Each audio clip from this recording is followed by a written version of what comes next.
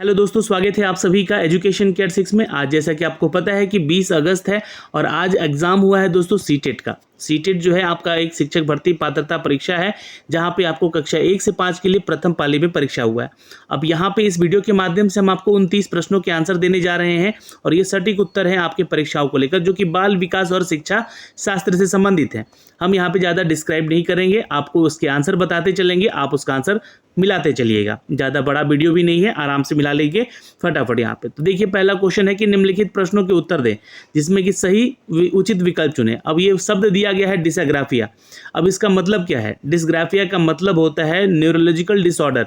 यहाँ पे एक तांत्रिकीय विकार है। यह एक तांत्रिकीय विकार है जिसकी विशेषता अक्षरों और आकारों को बनाने में कठिनाई होती है।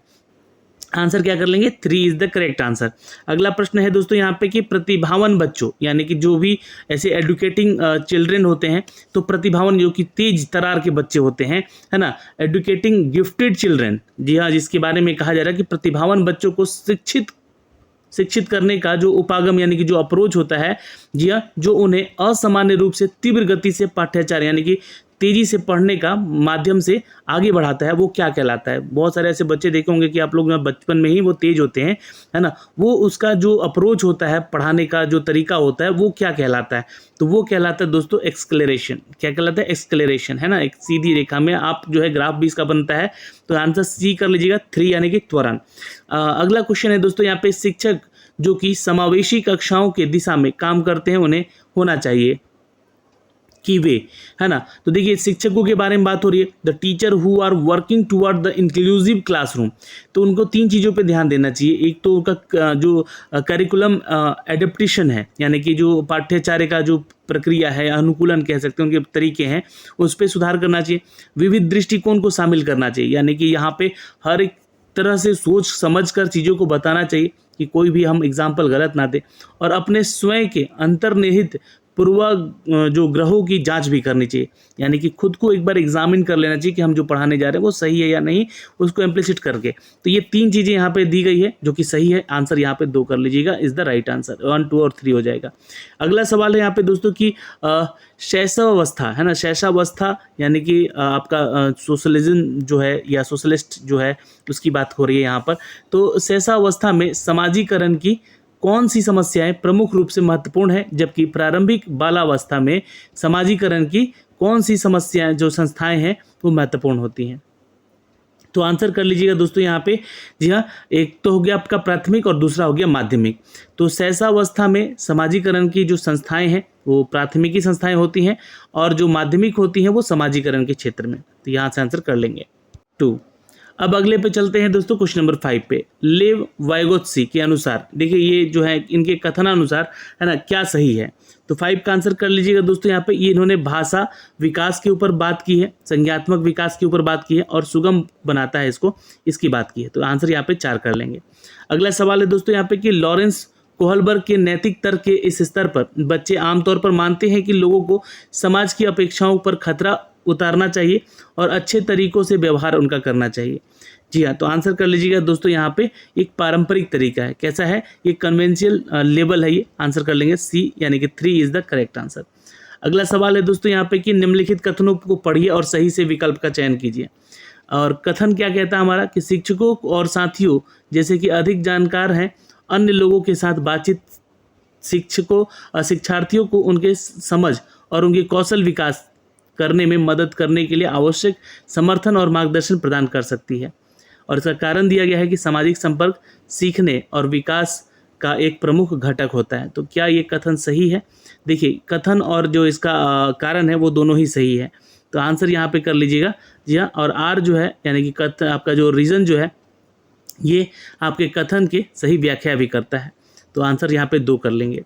चलिए, अगला सवाल है दोस्तों यहाँ पे, क्वेश्चन नंबर 8 है कि अधिगम के लिए आकलन का मुख्य लक्ष्य क्या है? What is the main goal of the assessment of the learning? तो आंसर 8 का कर लीजिएगा दोस्तों, इट्स अ 3। जिन्होंने भी टिक मारा है सही है यहाँ पे।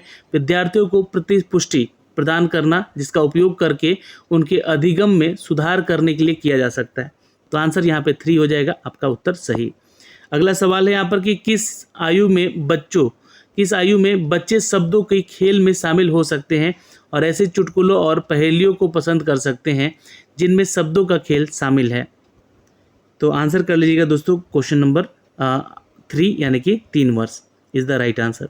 सवाल नंबर 10 दोस्तों, कैरल गिल्गिन है ना, गिलिगन ने कोहलबर्ग के नैतिक विकास के सिद्धांत की आलोचना की है। वो कैसी आलोचना की है इन्होंने, तो आंसर कर लीजिएगा दोस्तों यहाँ पे इट्स अ नारीवादी दृष्टिकोण से, जो फॉर द फेमिनिस्ट प्रिजर्वेटिव। ठीक है, तो ये ध्यान रखेंगे। अगला सवाल है यहाँ पे कि जीन पियाजे के अनुसार पूर्व संक्रियात्मक चिंतन की मुख्य विशेषताओं में से एक वो क्या है जिसके की स्थिति में एक पहलू पर ध्यान केंद्रित करने और दूसरों की अपेक्षा है या उपेक्षा करने की प्रवृत्ति को संदर्भित करता है। तो आंसर कर लेंगे दोस्तों यहाँ पे, जी हाँ, ये केंद्रियन है यानी कि सेंट्रैक्शन है। ठीक है, इज द राइट आंसर। सवाल है यहाँ पर कि प्रारंभिक बालावस्था में वृद्धि और सोच और है यहाँ पे, जबकि मध्य बालावस्था में वृद्धि और सोच कैसी है। तो ये आपको fill in the blanks update करना है यहाँ पर, तो यहाँ पे कीजिएगा। जी हाँ, प्रारंभिक बालावस्था में जो वृद्धि होती है वो स्थिर होती है यानी कि रुकी हुई होती है। ठीक है, और कुछ हद तक जो है आपका सोच होता है उसमें, है ना, कुछ हद तक हम लोग देखते हैं बच्चों में सोचने की क्षमता होती है। ठीक है, जबकि मध्य बालावस्था में जो है आपका आत्मा केंद्रित होता है और धीमी तार्किकता होती है, उनमें सोचने की क्षमता होती है, वो धीमी तार्किकता होती है। इसलिए आंसर यहाँ पे 2 कर लेंगे। सवाल नंबर 13, निम्नलिखित में से कौन सा स्थूल गतिक कौशल है। तो यहाँ पे आंसर कर लेंगे तैरना, swimming is the correct answer. अगला सवाल है दोस्तों यहाँ पे कि भौतिक वृद्धि और विकास जो है विकास के किसके सिद्धांतों का पालन करता है। तो आंसर करिएगा, यहाँ पे सिंपल सा है। जी हाँ, ये जो है शीर्षगामी जो कि अवरोही और समीपस्थ यानी कि आंतरिक से ये बाहरी की तरफ जो है ये गमन करता है, उसके सिद्धांतों को ये पालन करता है। तो 2 उत्तर हो जाएगा। हवार्ड गार्डनर के अनुसार यहाँ पर एक दर्शन शास्त्री के पास किस प्रकार की बुद्धि और मूर्तिकार के पास जो है किस प्रकार की बुद्धि का मात्रा अधिक होता है। तो आंसर कर लीजिएगा दोस्तों, ये अंतः व्यक्ति और दिक् स्थान, C is the correct answer, 3rd is the right answer. अगला सवाल है दोस्तों यहाँ पे कि अनुभवात्मक है ना, अनुभवात्मक अधिगम किस पर बल देता है। तो 16 का उत्तर कर लीजिएगा दोस्तों, ये आलोचनात्मक प्रतिबिंबन के महत्व पर करता है। अगला सवाल है कि बच्चों में समस्या समाधान कौशल को बढ़ाने के लिए निम्नलिखित में से कौन सा प्रभावी तरीका है। तो आंसर कर लीजिएगा दोस्तों, यहाँ पे उन्हें बुद्धि मंथन करना चाहिए, उनके सहज अनुमान लगाने की अवसर देने चाहिए। 4 उत्तर हो जाएगा। सवाल नंबर 18, निम्नलिखित कथनों को पढ़िए और विकल्प का चयन कीजिए। तो कथन है कि शिक्षकों को सार्थक वातावरण बनाने के चाहिए जिससे कि सभी बच्चों को सक्रिय भागीदारी और संज्ञानात्मक उनका जो है हो, और कारण दिया गया है यहाँ पर कि सभी बच्चे आंतरिक रूप से सीखने के लिए प्रेरित होते हैं और सीखने में सक्षम होते हैं। तो यहाँ पे आंसर कीजिएगा दोस्तों, जी हाँ, ए और 2 जो है आपका ए और आर जो है कथन दोनों सही है ना, कारण और कथन दोनों सही है, और आर जो है ए की सही व्याख्या कर रहा है। तो यहाँ पे आंसर 2 हो जाएगा सही। सवाल नंबर 19, निम्नलिखित में से कौन सी प्रक्रिया अधिगम के दौरान योगदान नहीं देती है। तो आंसर कर लीजिएगा दोस्तों यहाँ पे गैर प्रासंगिकीकरण। ठीक है, आंसर क्या हो जाएगा, 4 हो जाएगा यहाँ पे। अगला सवाल है यहाँ पे कि निम्नलिखित में से कौन सा एक ऐसे प्रश्न का उदाहरण है जिसमें कि विद्यार्थियों को अपनी सोच पर विचार करने की आवश्यकता होती है। तो बिल्कुल यहाँ पे आंसर कर लेंगे कक्षा की शुरुआत में, है ना, शुरुआत से ही क्रियाओं के उपयोग के बारे में आपकी समझ कैसे बदल रही है ये या बदली है। ये है जो कि आपको विकसित करने की तरफ प्रेरित करती है। सवाल नंबर 21 पे चलते हैं। निम्नलिखित में से कौन सा विफलता के लिए आंतरिक आरोपण का एक उदाहरण है। तो आंसर कर लीजिएगा दोस्तों कि मैं परीक्षा में फेल हो गया क्योंकि मैं पर्याप्त पढ़ाई नहीं किया है। तो यहाँ पे आंसर कर लेंगे B is the right answer. अगले सवाल पे चलते हैं दोस्तों। सवाल नंबर यहाँ पे 22 है। निम्नलिखित कथनों को पढ़िए तथा सही विकल्प का चयन कीजिए। तो आंसर कीजिएगा यहाँ पे क्वेश्चन नंबर 22 का, जो कि उत्तर हो जाएगा। जी हाँ, ये कथन दिया गया और ये उसके कारण दिए गए। तो यहाँ पे जो है बहुत कम उम्र में दुनिया भर में अधिकांश संस्कृतियों में लड़कियां गुड़िया को खिलौने के रूप में चुनती हैं, जबकि लड़के कारों के साथ खेलना पसंद करते हैं। और इसका कारण क्या है, तो बच्चे किसी प्रकार के संस्कृति की अपेक्षाओं के आधार पर एक लड़के या लड़की के लिए क्या उपयुक्त माना जाता है, इसके बारे में जानकारी जो है व्यवस्थित करते हैं और उसके अनुसार व्यवहार करते हैं। तो ये एक कारण है। तो इसमें जो है आपका कथन और कारण दोनों सही है, और जो कथन आपका कारण है वो आपके कथन को बिल्कुल सही व्याख्या भी करता है। तो यहाँ पे उत्तर हम 2 कर लेंगे। अगला सवाल है 23। देखिए, लेव वोगत्सी के अनुसार जो है बच्चों के संकलनात्मक योग्यताओं के विकास की महत्वपूर्ण भूमिका निभाता है। तो 23 का उत्तर कर लीजिएगा दोस्तों यहाँ पे। जी हाँ, सहकर्मी सहयोग यानी कि पीयर कोलैबोरेशन। अगला सवाल है दोस्तों 24 पे, लेव वोगत्सी के सिद्धांत के अनुसार आंतरिक वाक। तो यहाँ पे जो है 24 का उत्तर कर लीजिएगा। जी हाँ, ये बच्चों के लिए अपनी सोच को नियंत्रित करने का एक तरीका भी है। अगला सवाल है दोस्तों 4 वर्ष की अपर्णा कहती है कि एक बटन जिंदा है, ठीक है, और क्योंकि उसकी शर्ट को एक साथ बांधने में मदद करता है। जीन पियाजे के अनुसार उसकी सोच की विशेषता क्या है? तो आंसर कर लीजिएगा दोस्तों यहाँ पे क्वेश्चन नंबर 25 का। जी हाँ, जीववादी चिंतन। B is the right answer. सवाल नंबर 26 है, निम्नलिखित में से स्वलीनता वाले विद्यार्थियों की विशिष्ट विशेषता कौन सी है? आंसर कर लेंगे दोस्तों, बार बार दोहराया गया और आवर्ती व्यवहार। यहाँ पे हो जाएगा उत्तर 3 इज द करेक्ट आंसर। अगला सवाल है दोस्तों, निम्नलिखित कथनों को पढ़िए और सही विकल्प का चयन कीजिए। कथन क्या कहता है कि शिक्षकार्थी जो हैं उनके बीच समालोचनात्मक चिंतन को सुगम बनाने के लिए शिक्षकों को उनके विविध परिस्थितियों और विभिन्न दृष्टिकोणों की अवगत करना चाहिए। कथन यहाँ पे सही है। और जब विद्यार्थी विविध मतभेद के बीच बातचीत में संलग्न होते हैं तो वो समालोचनात्मक और रचनात्मक रूप से सोचने की अपनी क्षमताओं को सीखते हैं और समृद्ध होते हैं। तो ये इसका कारण है। तो यहाँ पे जो है आपका कथन भी सही है, कारण भी सही है, और जो कारण है इसका वो कथन को सही व्याख्या भी करता है। तो 2 उत्तर यहाँ भी हो जाएगा। 28, निम्नलिखित में से अधिगम का प्राथमिक लक्ष्य कौन सा होना चाहिए? आंसर कर लीजिएगा दोस्तों यहाँ पे, समालोचनात्मक चिंतन का विकास। सवाल नंबर चलते हैं 29 पे, बच्चे सबकी प्रभावी ढंग से सब तब सीखते हैं यदि कोई अवधारणा, जी हाँ, जब कोई अवधारणा जो है सामान्य से विशिष्ट की ओर बढ़ती है, यानी कि ये जो है आपका जेनेरिक से स्पेसिफाई करती है तब। सवाल नंबर चलते हैं दोस्तों यहाँ पर अगले 30 पे, विद्यार्थियों को सीखने की शैलियों में से विविधता जो है आपका, आंसर कीजिएगा, इसको महत्व दिया जाना चाहिए जो कि मानव विविधता के प्रतिबिंब के रूप में देखा जाना चाहिए। चलिए, तो अब यहाँ पे जो है हम लोग इसका दूसरा पार्ट भी इसी वीडियो में देख लेते हैं, गणित वाला भी है ना। फटाफट देख लेते हैं, मिला लेते हैं कितने उत्तर आपके सही हो रहे हैं। तो पहला क्वेश्चन है कि निम्नलिखित में से कौन सा कथन गणित की प्रकृति के बारे में सबसे उपयुक्त है? तो यहाँ पे आप उत्तर कर लीजिएगा दोस्तों कि यह बच्चों को सृजनात्मक बनने की सहायता करता है। जी हाँ, आंसर कर लीजिए, ए इज द करेक्ट आंसर। और यहाँ पर जो है बी भी उत्तर सही है, यह बच्चों की कल्पना को पोषित करने में सहायता करता है। और यह निगमनात्मक जो है विवेचना यानी कि जो तर्क संगति है, ये तर्क करने की आधारित भी करता है, यानी कि ये बेस करता है डिडक्टिव रीजनिंग के भी आपको। तो यहाँ पे आंसर ये ए बी और सी तीनों हो जाएगा, इसलिए आंसर हमारा ए हो जाएगा, 1 हो जाएगा। सवाल नंबर 32 पे चलते हैं दोस्तों यहाँ पे कि बच्चों में गणितीय अभिरुचि को विकसित करने के लिए एक अध्यापिका निम्नलिखित में से गतिविधियाँ अपनी कक्षा में करवाती हैं, इसमें से यह वह चुनिए जो कि उसके उद्देश्य को पूरा करने में प्रभावी नहीं है। तो 32 का उत्तर कर लीजिएगा, चूंकि नहीं बोला गया है यहाँ पर, तो आंसर यहाँ पे कर लीजिएगा ए। वह हमेशा उस विद्यार्थी को प्रशंसा करती है जो कि कक्षा में सत्रांत परीक्षा में सबसे अधिक अंक प्राप्त करता है। तो ये गलत होता है, ठीक है, ये आपको नहीं करना चाहिए, है ना। ऐसा आंसर ए कर लीजिएगा, इज द करेक्ट आंसर। अगले क्वेश्चन पे चलते हैं यहाँ पे 33 पे, निम्नलिखित कथनों में कौन सा कथन सही नहीं है? फिर नहीं बोला गया है, ध्यान से देखिएगा। यहाँ पे उत्तर हो जाएगा दोस्तों की देखिए, यहाँ पे उत्तर हो जाएगा 4, विद्यार्थियों की त्रुटियों को अनदेखा कर देना चाहिए क्योंकि त्रुटियों को की ओर इशारा करके उनको प्रेरणाहीन बनाते हैं हम लोग। ये गलत बात है यहाँ पे, इसलिए आंसर यहाँ पे हमारा 4 हो जाएगा। अगला क्वेश्चन है दोस्तों यहाँ पे कि आकलन के बारे में निम्नलिखित में से कौन सा कथन सही नहीं है? फिर नहीं बोला गया है, तो यहाँ पे आंसर कीजिएगा दोस्तों कि मानदंड संदर्भित आकलन विद्यार्थियों को अधिगम में निपुणता का मूल्यांकन करना है। तो ये आंसर यहाँ पे गलत हो जाएगा, इसलिए उत्तर सही है।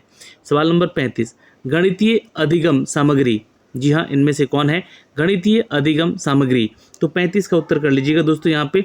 जी हाँ, एक तो स्वतः अधिगम में विद्यार्थियों की मदद करती है और दूसरा जो है यहाँ पे दोस्तों कक्षा में अधिगम वातावरण का निर्माण करने में मदद करती है। तो बी और डी जो है आपका सही है, इसलिए उत्तर 3 कर लीजिएगा, इज द करेक्ट आंसर। 36 का उत्तर कीजिएगा। राष्ट्रीय शिक्षा नीति NEP जिसको 2020 के अनुसार देश भर में विभिन्न विषयों में ओलंपियाड और प्रतियोगिता होंगी।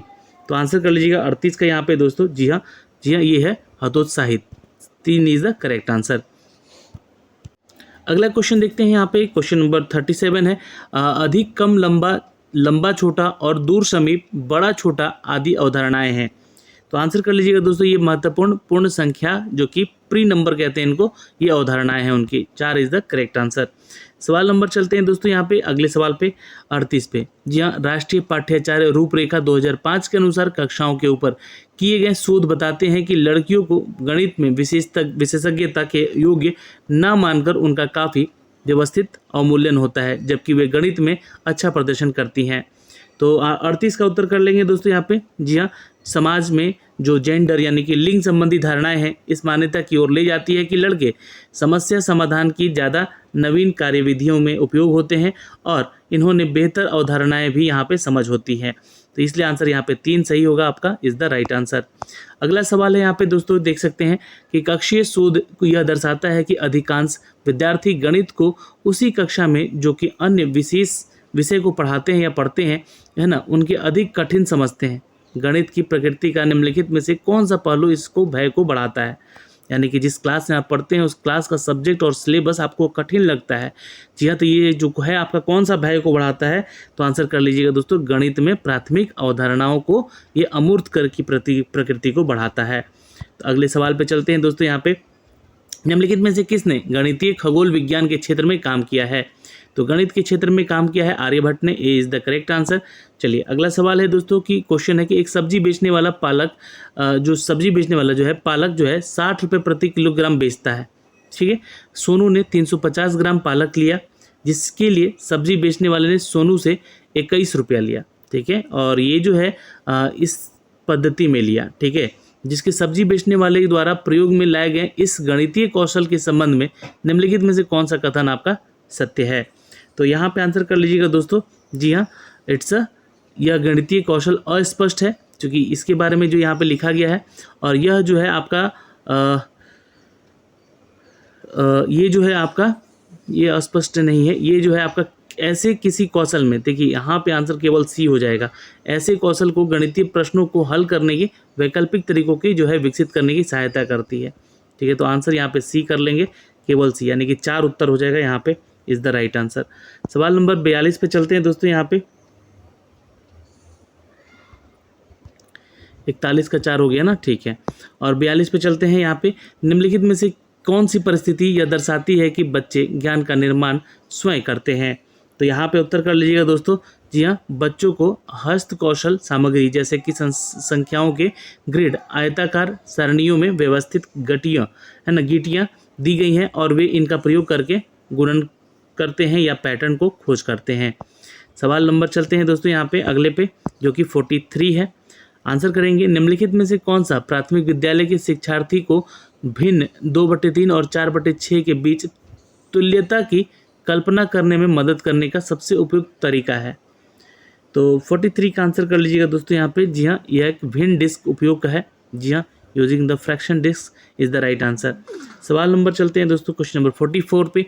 यह एक शिक्षिका जो है गणित कक्षा में रोल प्ले जो है उनका विधि का उपयोग करती है, इसका उद्देश्य क्या है? तो 44 का उत्तर कर लीजिएगा दोस्तों। यहाँ पे विचारों का ये बहिर्वेशन करती हैं। सवाल नंबर चलते हैं 45 पे। संख्या बोध विकसित करने में जो उपकरण जो या फिर कहें तो एक महत्वपूर्ण भूमिका निभाती है, निम्नलिखित में से कौन सा उदाहरण है जो कि अभ्यर्थियों में उपकरणा के कौशल को प्रदर्शन करता है? तो विद्यार्थी एक पासा उछालता है और बिना बिंदुओं के यानी डॉट के गिने या बताने के सक्षम है कि वह 4 है। ठीक है, यह 4 है। सवाल नंबर चलते हैं दोस्तों यहाँ पे अगले सवाल पे। सवाल नंबर 46 पे देखिए, प्रियदर्शनी ने 4.8 kg बादाम और 2500 ग्राम जो है किशमिश और जो है 3.5 kg जो है काजू को मिला दिया है तथा इस मिश्रण के बराबर 3 दर्जन पैकेट बना दिए हैं। प्रत्येक पैकेट का भार क्या होगा? तो 46 का आंसर कर लीजिएगा दोस्तों यहाँ पे, ये 300 ग्राम निकल कर आएगा। Is the right answer C, 3rd is the right answer. एक वर्ग की भुजा जो है 5 सेंटीमीटर है। यदि इस वर्ग की भुजा दोगुनी कर दी जाए तो नया क्षेत्रफल कितने गुना हो जाएगा? तो 47 का आंसर कर लीजिएगा दोस्तों, 4 गुना हो जाएगा। अगला सवाल है कि यहाँ पर 48 पे निम्नलिखित समूहों में से किस में जो है सभी त्रिआयामी आकृतियाँ हैं? 48 का आंसर कर लेंगे दोस्तों, ये घन, घनाभ, गोला और बेलन। D is the correct answer. सवाल नंबर चलते हैं 49 पे। संगीता एक साबुन खरीदना चाहती है जिसका मूल्य 10 रुपया है। उसके पास 5 रुपये का एक सिक्का, 2 रुपये का एक सिक्का है, 2 रुपये के सिक्के और 5 50 पैसे के सिक्के हैं ना, 5 जो है 50 पैसे वाले सिक्के हैं। उसने साबुन खरीदने के लिए और कितनी धनराशि की ज़रूरत पड़ेगी? तो 49 का आंसर कर लीजिए, इसको कैलकुलेट कीजिएगा तो ये उसको और जो है कितनी धनराशि, तो उसको 50 पैसे की ज़रूरत पड़ेगी, है ना, ये जोड़ा गया है यहाँ पे। सवाल नंबर 50 पे चलते हैं। बढ़ते हुए क्रम में भिन्नों के समूह का चयन कीजिए। तो बढ़ते हुए पूछा है, इसलिए आंसर हमारा जो है ये बढ़ता हुआ क्रम है, इसलिए answer A is the right answer. सवाल नंबर चलते हैं 51 पे दोस्तों यहाँ पे, और यहाँ पे है कि देखिए ये पूछा गया है कि नीचे दिए गए पैटर्न में लुप्त संख्या क्या होगी? तो 1 है, 6 है, 15 है और ये खाली स्थान है, फिर 45 है।